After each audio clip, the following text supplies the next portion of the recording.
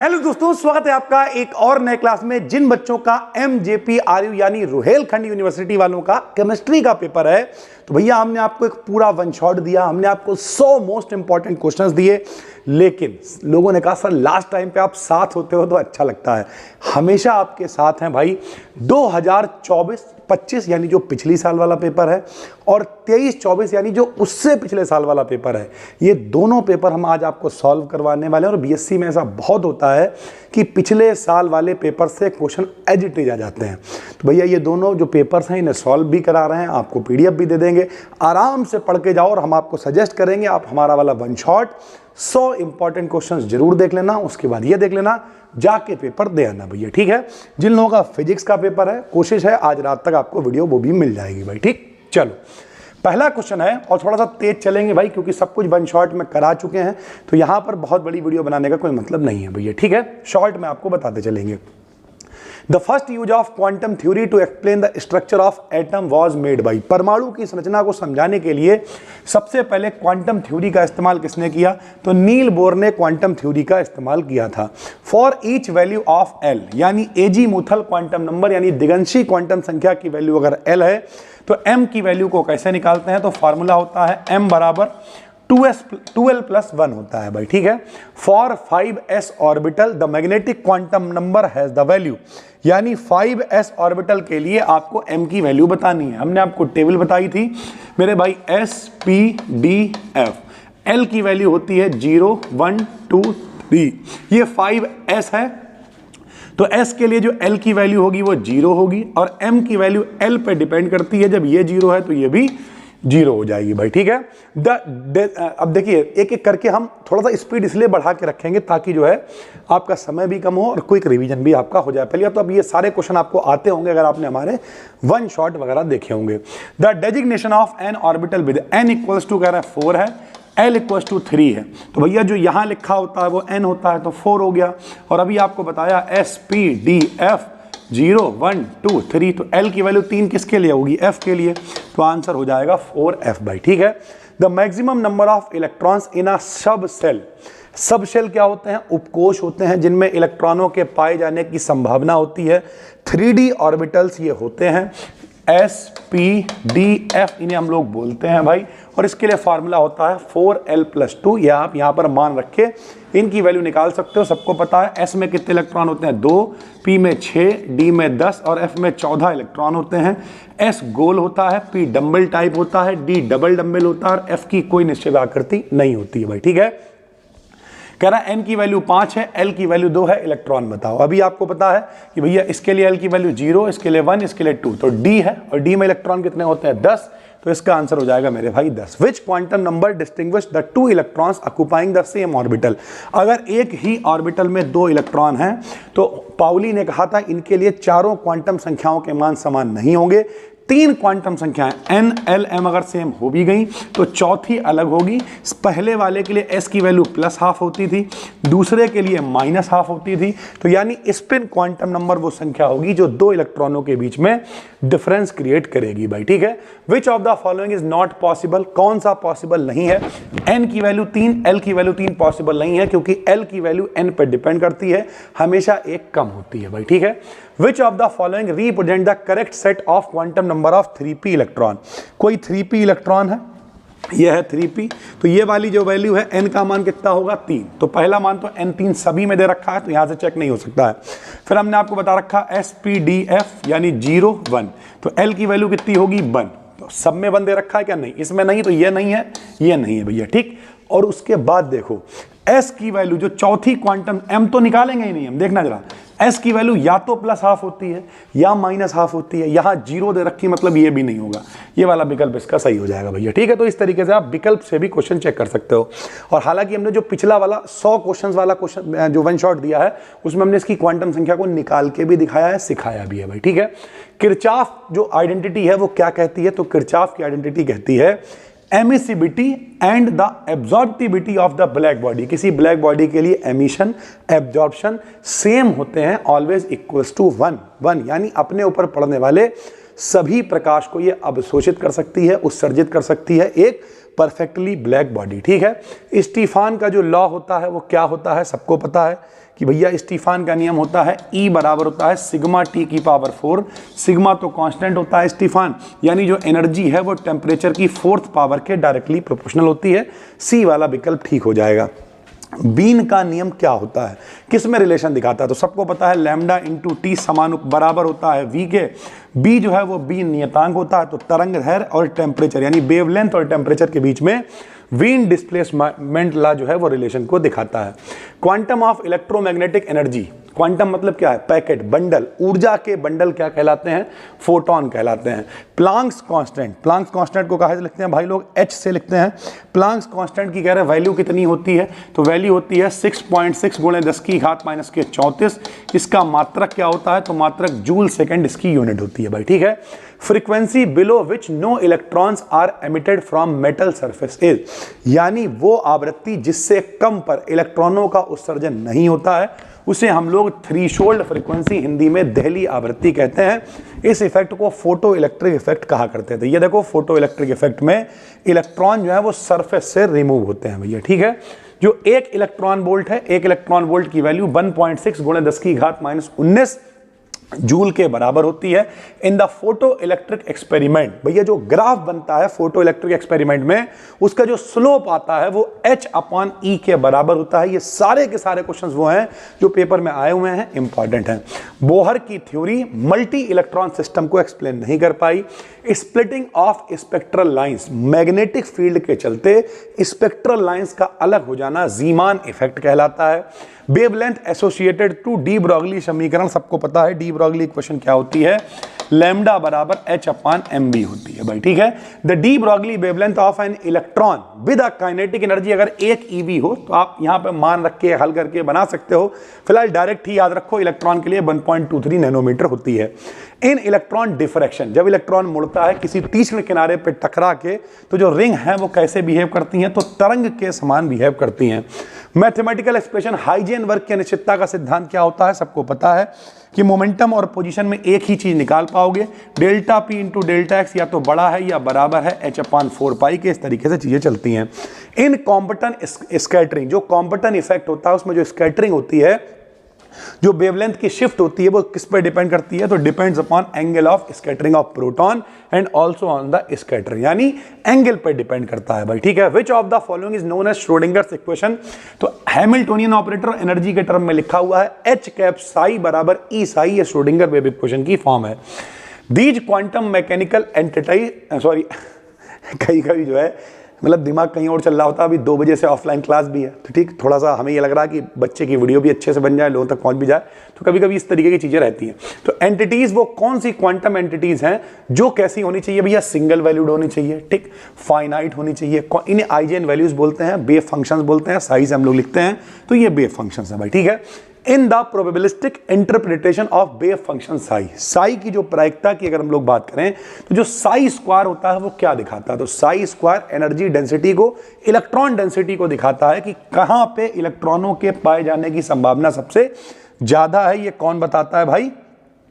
तो ये हम लोगों को बताता है साई स्क्वायर भाई, ठीक है। मोमेंटम ऑपरेटर 1 डायमेंशनल के लिए H/2 pi i del upon del x formula होता है। हैमिल्टोनियन ऑपरेटर की जो एक्सपेरिमेंटल वैल्यू है -H² 8 π² m del square plus का v हो जाएगा। The wave function associated with the motion of an electron, electron की गति से कनेक्टेड जो वेव फंक्शन होता है हाइड्रोजन एटम में, उसे हम लोग किस फंक्शन से? तो स्फेरिकल कोऑर्डिनेट्स के फंक्शन से व्यक्त कर सकते हैं, ठीक है। हाइड्रोजन एटम में जो रिड्यूस्ड मास होता है लगभग इलेक्ट्रॉन के मास के बराबर होता है। Spherical polar coordinates are used, काहे के लिए इस्तेमाल किए जाते हैं? तो अभी हम लोगों ने पढ़ लिया है। The Schrodinger equation is the separable into the ordinary differential equation.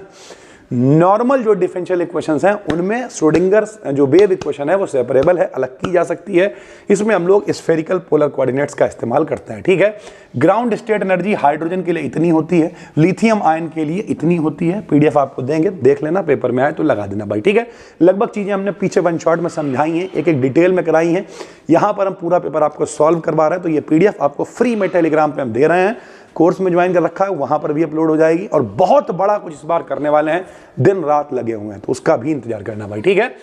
Which of the following statement about hydrogen atom in ground state is incorrect. Ground state में जब हाइड्रोजन एटम है तो क्या गलत है? तो the electrons angular momentum equals to h/2π। गलत है, h/2π नहीं होता है ग्राउंड स्टेट में भाई, ठीक है।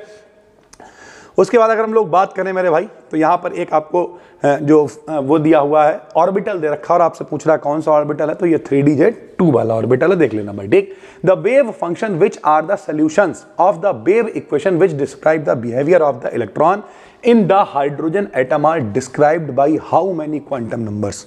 कितनी क्वांटम संख्याओं के द्वारा डिस्क्राइब कर सकते हैं? तो 4 क्वांटम संख्याएं n, l, m, s के द्वारा, ठीक है। ये जो 3 ऑर्बिटल दे रखे हैं 4s, 4d, 4p, सबकी एनर्जी सेम होती है क्योंकि भैया पूरा सेगमेंट है ना, 1s2, फिर उसके बाद उससे ज़्यादा 2s2, 2p6, फिर 3 वाले शुरू हो जाएंगे 3s2, 3p, ऐसे फिर 4s वाले की जो सेगमेंट है they all have the same energy होगी भाई, ठीक है।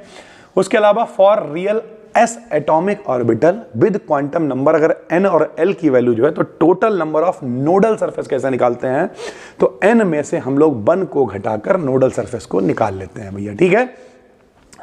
Hamiltonian operator for hydrogen molecule ion, तो जो हाइड्रोजन का आयन है उसके लिए जो हैमिल्टोनियन ऑपरेटर है उसकी वैल्यू क्या रहेगी? तो ये रहेगी मेरे भाई, इसे देख लेना आप, ठीक है। डेल स्क्वायर माइनस का e square upon r a minus e square upon r b plus e square upon r, तो इस तरीके की चीज़ें चलेंगी। मॉलिक्यूलर ऑर्बिटल थ्योरी क्या होती है? सबको पता है। मॉलिक्यूलर ऑर्बिटल क्या होता है? परमाणु मिलते हैं, मॉलिक्यूल बनाते हैं, तो एटॉमिक ऑर्बिटल मिलते हैं, मॉलिक्यूलर ऑर्बिटल्स को फॉर्म करते हैं, इलेक्ट्रॉन भरे जाते हैं मॉलिक्यूलर ऑर्बिटल में भी सेम वे, उसी तरीके से जिस तरीके से एटॉमिक ऑर्बिटल में भरे जाते हैं भाई, ठीक है।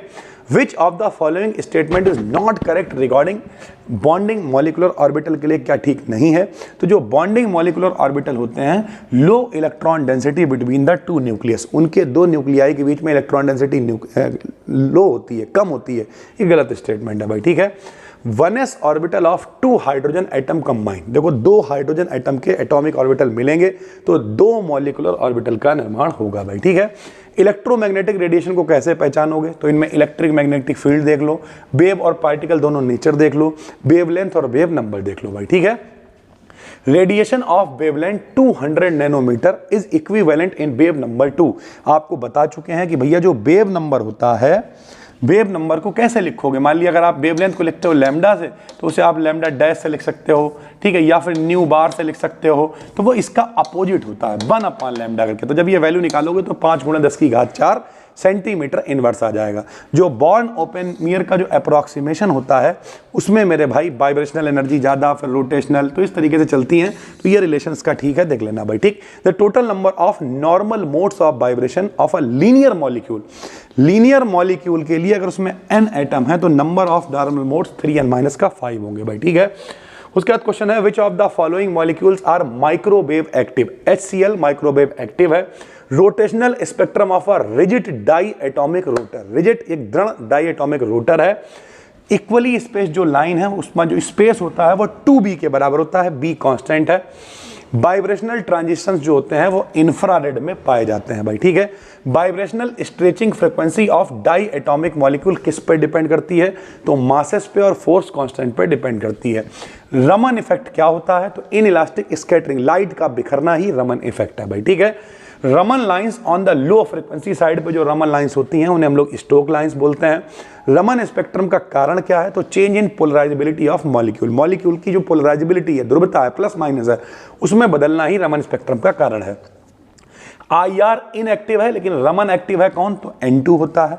Movement of nuclei is negligible, नाभिक का जो मूवमेंट है वो ना के बराबर होता है during the time taken by यानी इलेक्ट्रॉनिक ट्रांजिशन जब होता है, इसे हम लोग कहते हैं Born Oppenheimer approximation. The shift of an absorption maximum longer wavelength की तरफ तो बेथोक्रोमिक शिफ्ट कहलाती है।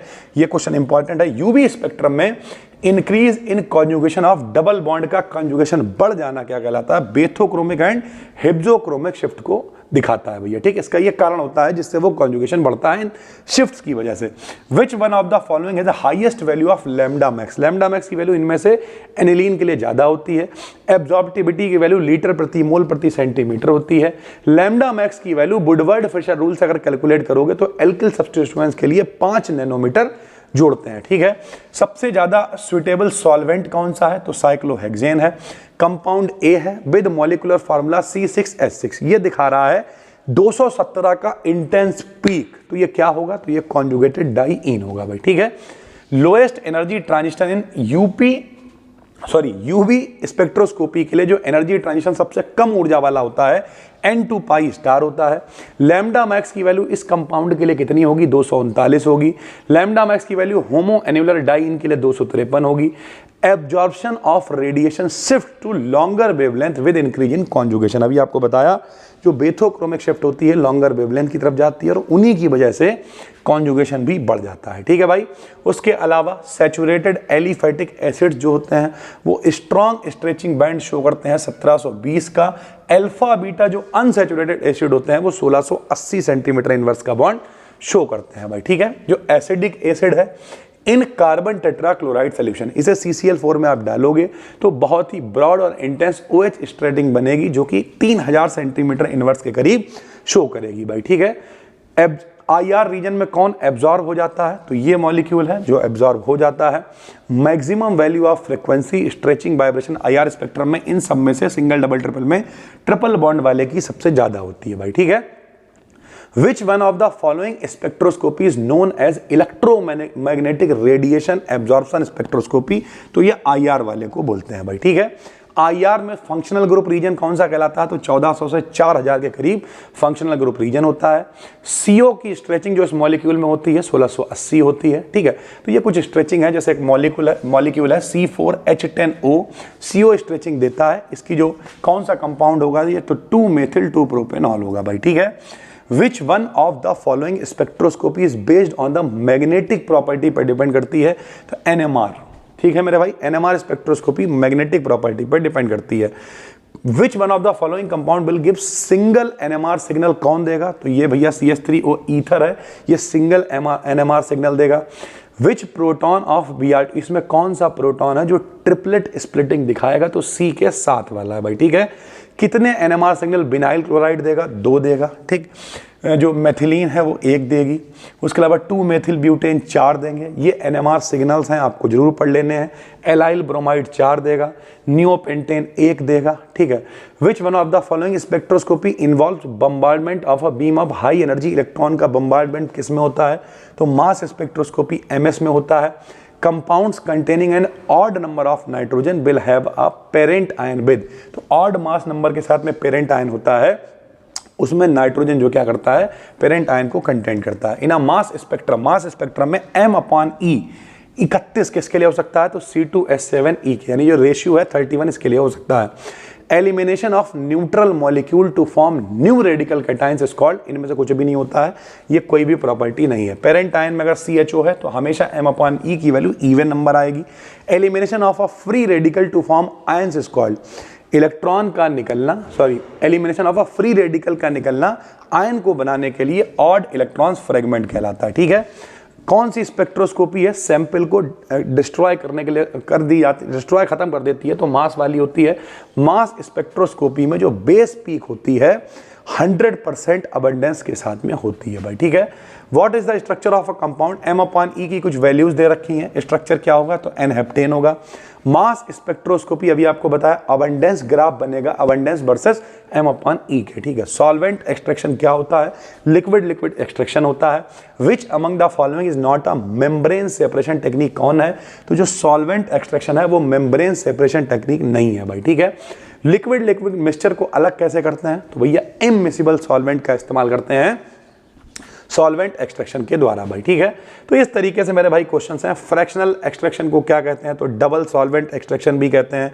डिस्ट्रीब्यूशन कांस्टेंट को हम लोग KD से लिखते हैं। वितरण ने दे रखा था डिस्ट्रीब्यूशन लॉ, क्या लॉ हुआ करता था, तो आपको बता चुके हैं पहले भी, C1/C2 की जो वैल्यू है वो डिस्ट्रीब्यूशन कांस्टेंट के बराबर होती थी। Which of the following factors are responsible for extraction के लिए, तो चाहे वो सॉल्टिंग आउट एजेंट हो, ठीक है, चाहे वो मास्किंग एजेंट्स हो, जो सारे के सारे फैक्टर डिपेंड करते हैं एक्सट्रैक्शन पर, ठीक है। ये उससे पिछले साल का पेपर है, ये भी हम आपको फटाफट बता देते हैं, पीडीएफ दे देंगे, देख लेना, बाकी वन शॉट देख लेना, जाके पेपर दे आना। श्याम पिंड का मतलब ब्लैक बॉडी ही है। तो जो ब्लैक बॉडी है मतलब वो बॉडी जो सभी विकिरण को अवशोषित, अपने ऊपर पड़ने वाले सारे प्रकाश को एब्जॉर्ब कर लेती है, ब्लैक बॉडी कहलाती है। जो रेडिएटर होते हैं जिस पर ब्लैक बॉडी से अधिक ऊष्मीय विकिरण संभव होता है, तो अधिकतम तरंग दैर्घ्य पे होता है, यानी मैक्सिमम वेवलेंथ है, तो ब्लैक बॉडी पे पड़ने वाला जो विकिरण है अधिक से अधिक संभव होगा भाई, ठीक है। हुक का जो नियम होता है, हिक नहीं है एक्चुअल में, हुक का नियम, ये भी ब्लैक बॉडी स्पेक्ट्रम को ही समझाता है। प्लांक कांस्टेंट की वैल्यू बता चुके हैं, पिछले पेपर में भी आई थी, 6.6 × 10⁻⁻34 होती है। धातु की सरफेस पे प्रकाश पड़ता है, इलेक्ट्रॉन निकलने लगते हैं, इसे फोटो इलेक्ट्रिक इफेक्ट कहते हैं। प्रति सेकंड जो इलेक्ट्रॉन निकलते हैं वो डिपेंड करते हैं विकिरण जो पड़ रहा है, जो प्रकाश पड़ रहा है उसकी तीव्रता कितनी है, इंटेंसिटी कितनी, ताकत ज़्यादा होगी तो इलेक्ट्रॉन ज़्यादा निकलेंगे, वरना नहीं निकलेंगे भाई, ठीक है। बैगनी रंग का जो फोटोन होता है उसकी ऊर्जा सबसे ज़्यादा होती है, इलेक्ट्रॉन से टकराने के बाद जो फोटोन की तरंग दैर्घ्य है वो बढ़ जाती है। नाइट्रोजन का इलेक्ट्रॉनिक विन्यास ये है, किस नियम से बना हुआ, तो अफबाउ का नियम है, 1s2 2s2 2p6 पढ़ रखा है, तो अफबाउ के नियम से बना हुआ है। पी ऑर्बिटल कैसा होता है, तो दैशिक होता है, सबको पता है। पी ऑर्बिटल में px py pz होते हैं, एक्स एक्सिस पे, वाई एक्सिस पे, जेड एक्सिस पे उन्हें हम लोग दिखा देते हैं भाई, ठीक है। एस ऑर्बिटल जो है उसका आकार बढ़ता है जब n यानी मुख्य क्वांटम संख्या की वैल्यू बढ़ जाती है, प्रिंसिपल क्वांटम नंबर। s के लिए क्या सही नहीं है, तो वो एक ही इलेक्ट्रॉन ले सकता है, नहीं, s ऑर्बिटल में 2 इलेक्ट्रॉन आ सकते हैं, तो एक ले सकता है, ये गलत है भाई, ठीक है। कक्षकों में इलेक्ट्रॉन भरने का क्रम क्या है, तो 4s के बाद 4d के बाद 4p, सबको पता है। पीरियोडिक टेबल में s और p के बीच में d आता है, ऐसे ही फिर 5s 5d फिर 5p आएगा, तो इस तरीके से ये ऑर्डर है, देख लेना भाई, ठीक है। 2 गोलाकार नोट्स किस में होते हैं, 6f में होते हैं। नोट्स निकालने का फॉर्मूला होता है n-l-1। n तो आप चेक कर लोगे 6 है, l आपको बता ही चुके हैं, 0 1 2 3 रख दो, 6 में गया 3, कितना बचेगा 3, एक और जाएगा, कितना बचेगा 2 बचेगा भाई, ठीक। तो 2 नोट्स इसमें होते हैं।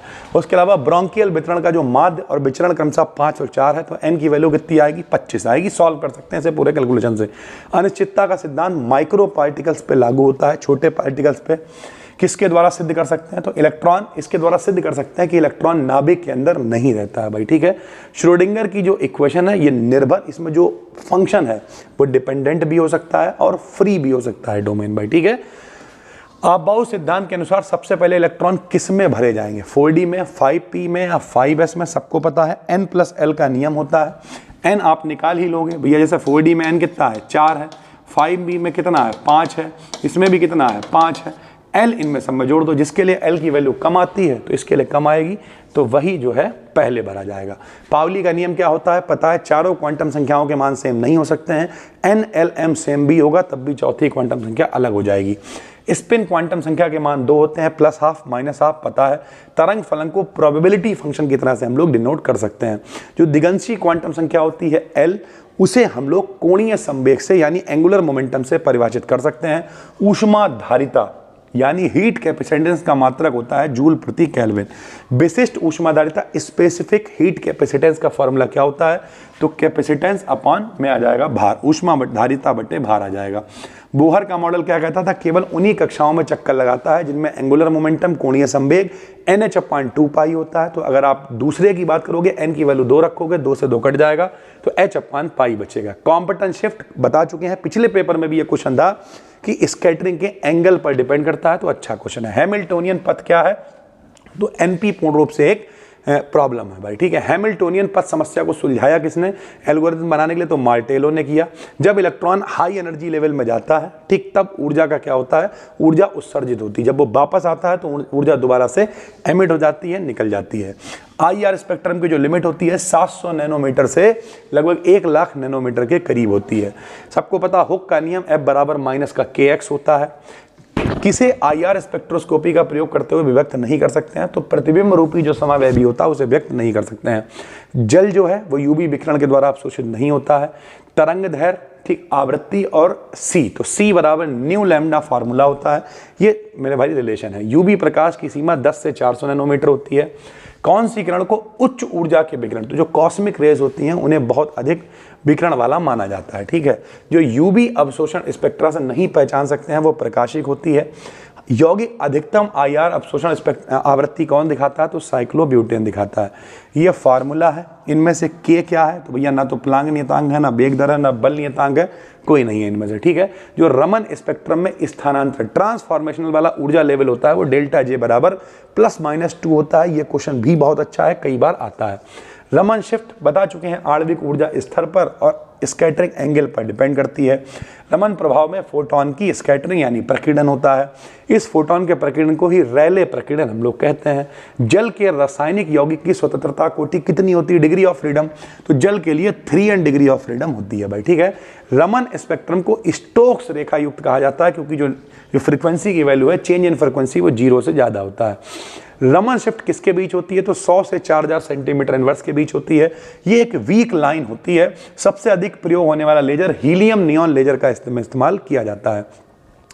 उसके बाद जो रमन शिफ्ट है, इसमें जो बल स्थिरांक K है, सामान्य द्रव्यमान है, इनके बीच में रिलेशन है। K यहाँ पर बल स्थिरांक है और म्यू जो है वो रिड्यूस्ड मास होता है। NMR स्पेक्ट्रम में नाभिक उच्च क्षेत्र में अनुनाद करता है जब फ्रीक्वेंसी कैसी होती है? कम आवृत्ति की होती है। जो नाइट्रोजन का भैया नाभिक है वो NMR सिग्नल नहीं देता है। NMR सिग्नल का विभक्त होना स्पिन स्पिन कपलिंग कहलाता है भाई, ठीक है। उसके अलावा पूछा हुआ है कि भैया ये एक फॉर्मूला है, NMR स्पेक्ट्रम दिखा रहा है तो क्या हो सकता है ये? तो एक ही सिग्नल दिखा रहा है मेरे भाई, तो कौन सा कार्बनिक? तो 2,2 डाइक्लोरोप्रोपेन ये यौगिक हो जाएगा, ठीक है। ये जैसे एक ही NMR सिग्नल दिखाता है, तो NMR सिग्नल वाले क्वेश्चन भी पेपर में देखो आ रहे हैं। ये सारे क्वेश्चंस को आप देख लेना, डिस्क्रिप्शन में फ्री टेलीग्राम चैनल का लिंक डालना है, PDF दे रहे हैं, तुरंत देख डालना भैया, ठीक है। जो डबलेट्स होते हैं उनके केंद्र पीक के बीच की दूरी कपलिंग कांस्टेंट कहलाती है। इनमें से कौन सा NMR स्पेक्ट्रा दिखाता है? मतलब तो सब सिग्नल जो सिंगलेट होते हैं, सिंगल वाले, वो दिखाते हैं। उसी तरीके से NMR स्पेक्ट्रोस्कोपी का प्रयोग करते हैं अघुलनशील रासायनिक यौगिकों की संरचना के लिए। NMR चुंबकीय क्षेत्र में जो नाभिक है वो रेडियो विकिरण आवृत्ति को अवशोषित करता है। किसकी विद्युत चुंबकीय विकिरण आवृत्ति कम होती है? तो रेडियो जो वेव तरंगें होती हैं उनकी आवृत्ति बहुत कम होती है। प्रोटॉन न्यूट्रॉन की संख्या अगर सम होती है तो जो नाभिक का चक्रण है वो शून्य स्पिन विकिरण होता है भाई, ठीक है। रासायनिक परिवर्तन एक रसायनज्ञ को यह विचार प्राप्त करने की अनुमति देता है कि परमाणु आपस में जुड़े हैं। ये सही है मेरे भाई कि परमाणु आपस में जुड़ेंगे, केमिकल रिएक्शन करके अणु बनाएंगे भाई, ठीक है। मूलभूत कण जो छोटे कण होते हैं, इलेक्ट्रॉन है, नाभिक में ही दोनों में चक्रण का गुण होता है, तो ठीक ही है मेरे भाई। इलेक्ट्रॉन में हम लोग स्पिन देखते हैं +½ -½ तो ये रहता है भाई, ठीक है। रेडियो आवृत्ति विकिरण में जो ऊर्जा होती है वो परमाणु के चक्रण को प्रभावित कर देती है। NMR स्पेक्ट्रोमीटर जो होता है वो घुलनशील, अभी आपको बताया, घुलनशील रासायनिक यौगिक की संरचना निर्धारित करने की विधि प्रदान करता है, तो सही भी है और बिना नुकसान के ये कर देता है, ठीक है भाई। तो NMR स्पेक्ट्रोस्कोपी में जो नाभिक है कि रासायनिक प्रकृति तथा पड़ोसी जो नाभिक हैं उनकी स्थिति को दर्शाता है, तो ये आप पढ़ लेना भाई, ठीक है। जितने भी हाइड्रोजन अणु होते हैं सबकी अनुनादी आवृत्ति एक जैसी होती है। NMR में परिरक्षण क्या होता है? परिरक्षण मतलब शील्डिंग, प्रोटेक्ट करना, मोशन को रोक देना मेरे भाई, चुंबकीय क्षेत्र को रोक देना, अवरुद्ध कर देना भाई, ठीक। फिर वही क्वेश्चन है, द्विक के शिखर केंद्रों के बीच की दूरी युग्मन कांस्टेंट है जो 81 Br होता है। ये मास स्पेक्ट्रोस्कोपी में M+2 शिखर दिखाता है। मास स्पेक्ट्रम में सबसे अधिक तीव्र शिखर जो बेस पीक होता है सबसे ज्यादा होता है। तो कुछ क्वेश्चन यहाँ पर, जैसे मास स्पेक्ट्रोस्कोपी की आयनीकरण अवस्था में जो गैस होती है आर्गन इस्तेमाल होती है। वेपर फेज में जो इलेक्ट्रॉन बीम के साथ बमबारी हुई जाती है। सिद्धांत इसका क्या होता है? तो इलेक्ट्रॉन की बमबारी होती है, इलेक्ट्रॉन को एक्साइटेड करवाते हैं, आणविक कंपन कराते हैं। M18 जो दिखाता है वो जल अणु की शिखर हानि को दिखाता है। टालोइन के लिए 91 M/C का रेशियो होता है भैया, ठीक है। पदार्थ की कौन सी अवस्था में स्पेक्ट्रोस्कोप इस्तेमाल करते हैं? तो गैसीय अवस्था में मास स्पेक्ट्रोस्कोपी इस्तेमाल होती है। बमबारी के लिए इलेक्ट्रॉन का इस्तेमाल होता है। सिग्नल रेशियो पूछेगा, सिग्नल पूछेगा तो इसके लिए सिग्नल रेशियो जो है वो कितना है? 74 है। इसके लिए कितना है मेरे भाई? एक रेशियो दे रखा है तो वो C4H11N के लिए, तो आप देख लेना भाई, ठीक है। Vr4 अणु है, क्लस्टर मतलब होता है ग्रुप बनाने वाले, तो ग्रुप बनाने के लिए कौन सा शिखर? तो 4 शिखर इस्तेमाल करेंगे। इलेक्ट्रॉनों के द्रव्यमानों को नापने के लिए मास स्पेक्ट्रोस्कोपी का इस्तेमाल करेंगे। तो इस तरीके से चीज़ें चलती हैं जिन्हें आप देख लेना भाई। मास स्पेक्ट्रा को ही मास स्पेक्ट्रोस्कोपी कहते हैं। क्रोमैटोग्राफी में hydrogen bonding, electrostatic, London forces सारे के सारे शामिल होते हैं। आयन एक्सचेंज क्रोमैटोग्राफी जो होती है ये इंडक्टेंस की क्रिया पर आधारित होती है, वो भी इलेक्ट्रो वाला, इलेक्ट्रोस्टैटिक इंडक्टेंस पे भाई, ठीक है। अन्योन समझते हो आप? एक में फर्क डालो, खरबूजे को देख के खरबूजे का रंग बदलना, एक पे फर्क डालोगे दूसरे पे भी फर्क पड़ेगा, ये अन्योन होता है भाई, ठीक। तो इस तरीके की कुछ चीजें हैं। पेपर क्रोमैटोग्राफी है भैया, तो ये दोनों ही हो जाएंगे। घटक जिनमें R का मान कम होता है, स्थिर उनकी प्रवस्था होती है। कलर लेखन तकनीक भी किसे कहते हैं, तो क्रोमेटोग्राफी को कहते हैं। इसमें ठोस या द्रव स्थिर अवस्था होती है। कौन सी गतिशील, तो द्रव या गैस गतिशील होती है। तो इस तरीके की चीज़ें चलती हैं जो आप देख सकते हो। 2-3 क्वेश्चंस और हैं जो कि क्रोमेटोग्राफी से रिलेटेड है भाई, इन्हें भी देख लेना आप। और उम्मीद करते हैं मेरे भाई कल का पेपर आप बहुत अच्छे से कर पाओगे। क्रोमेटोग्राफी का प्रयोग होता है कार्बनिक और अकार्बनिक यौगिकों को पृथक करने के लिए भाई, ठीक है। ये 200 के करीब क्वेश्चन है, लास्ट टाइम वीडियो है आपके संपर्क में हम, इसीलिए दोनों हम वन शॉट दे रहे हैं डिस्क्रिप्शन में। हम आपको सजेस्ट करेंगे सबसे पहले आप मेरा वो वन शॉट देखो जिसमें हमने 100 क्वेश्चन दिए हैं। हम नीचे डिस्क्रिप्शन में लिंक डलवाएंगे 100 इंपॉर्टेंट क्वेश्चंस, आप उसे देखना। फिर हम डलवाएंगे वन शॉट, तो वन शॉट को भी आप देखना। और ये भी पूरी PDF डलवा देंगे टेलीग्राम, तो उसके नीचे टेलीग्राम का लिंक डाल देंगे। जाके पेपर में बढ़िया से पूरा पेपर कराओगे, ये मेरी जिम्मेदारी है भाई, ठीक है। मिलते हैं आपसे आज शाम को। कोशिश रहेगी कि फिजिक्स की आपको वीडियो दे दें 4th सेमेस्टर की पूरी, ताकि आप अच्छे से कर पाओ। थैंक यू भाई, धन्यवाद।